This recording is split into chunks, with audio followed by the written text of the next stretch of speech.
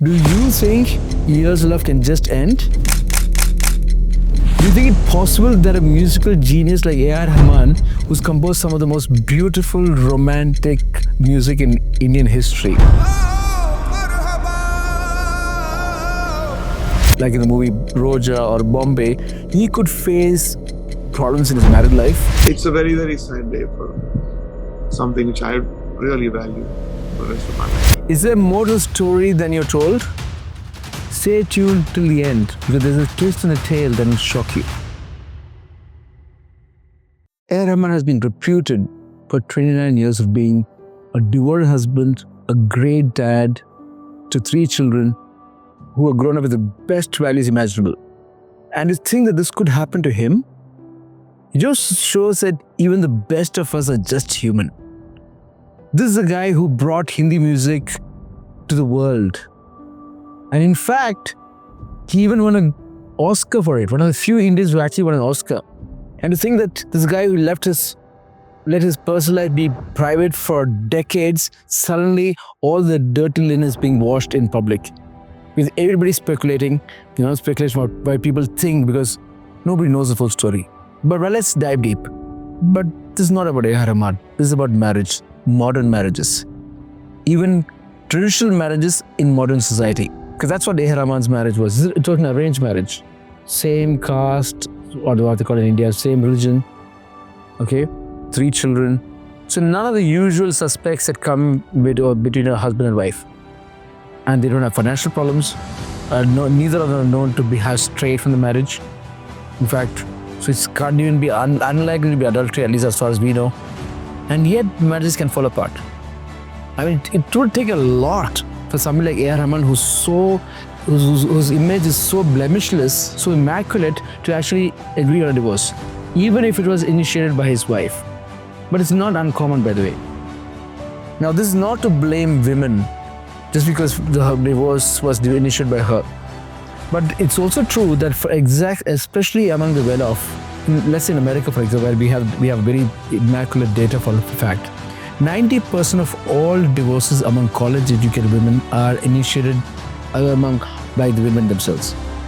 In other words, as a woman gets more educated, more settled, the more chances are that she is likely to get unhappy with the marriage after years of marriage. There are many, many reasons why women would actually want to get out of marriage even after 20, 30 years.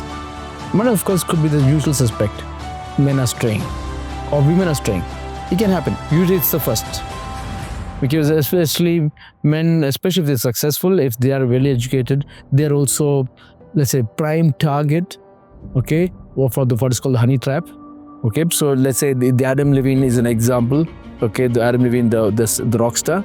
Okay, after years of marriage, beautiful children, great wife, was a Victoria's Secret model, and yet he strayed, and she left him. It's not easy for a woman to leave. It's very, very tough. If you think it's tough for a man, believe me, it's probably even tougher for a woman, or at least equal. Usually, what are men supposed to provide? Protection and provision. That means safety and, let's say, money. But for the modern women, that's not even very, very up there in what they need for man. Because modern women are educated, they have both these things. They can take care of themselves, thank you, and they are earning well, thank you. So they don't need men only for the things traditional cavemen provided. What do they need from modern men? Emotional support, which ironically most men are not equipped to be able to give. Most men are stoic by nature. They're strong, silent types. Historically, that's how it's been right from the beginning of history. So they're not the more support the men give are often the silent type. They're not unlikely to be effusive with love. Women have, especially when it comes to personal relationships, they have spectacular memories. They never get over something which is extremely happy or extremely sad. They remember stuff. But men will forget.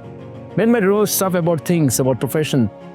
But women remember things about dates, about events, about which men would probably have forgotten it existed ever. Problem with that is, if something is very, very good in the past, women are more likely to bring it up saying, you have changed.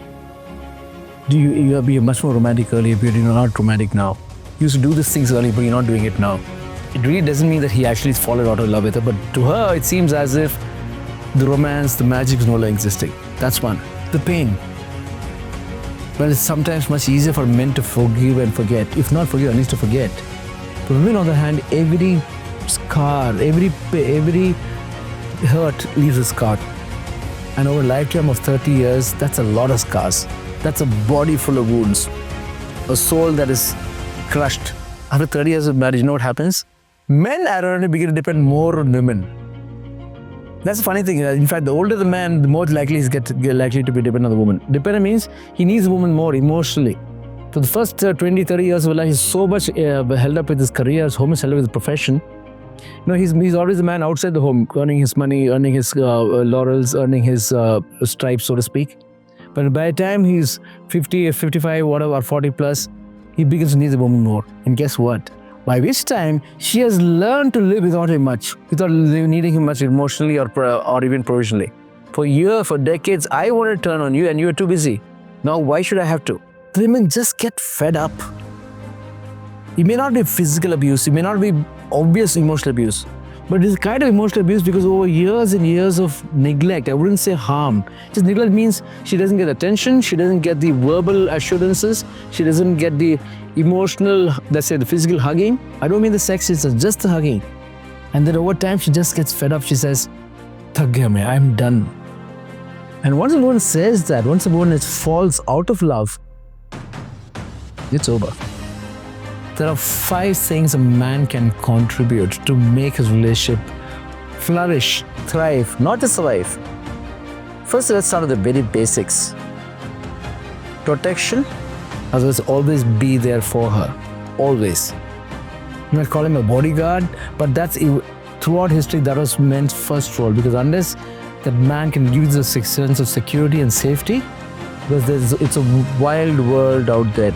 Right from natural disasters to human beings, other men and human beings actually being malicious. So you need a man to be protective.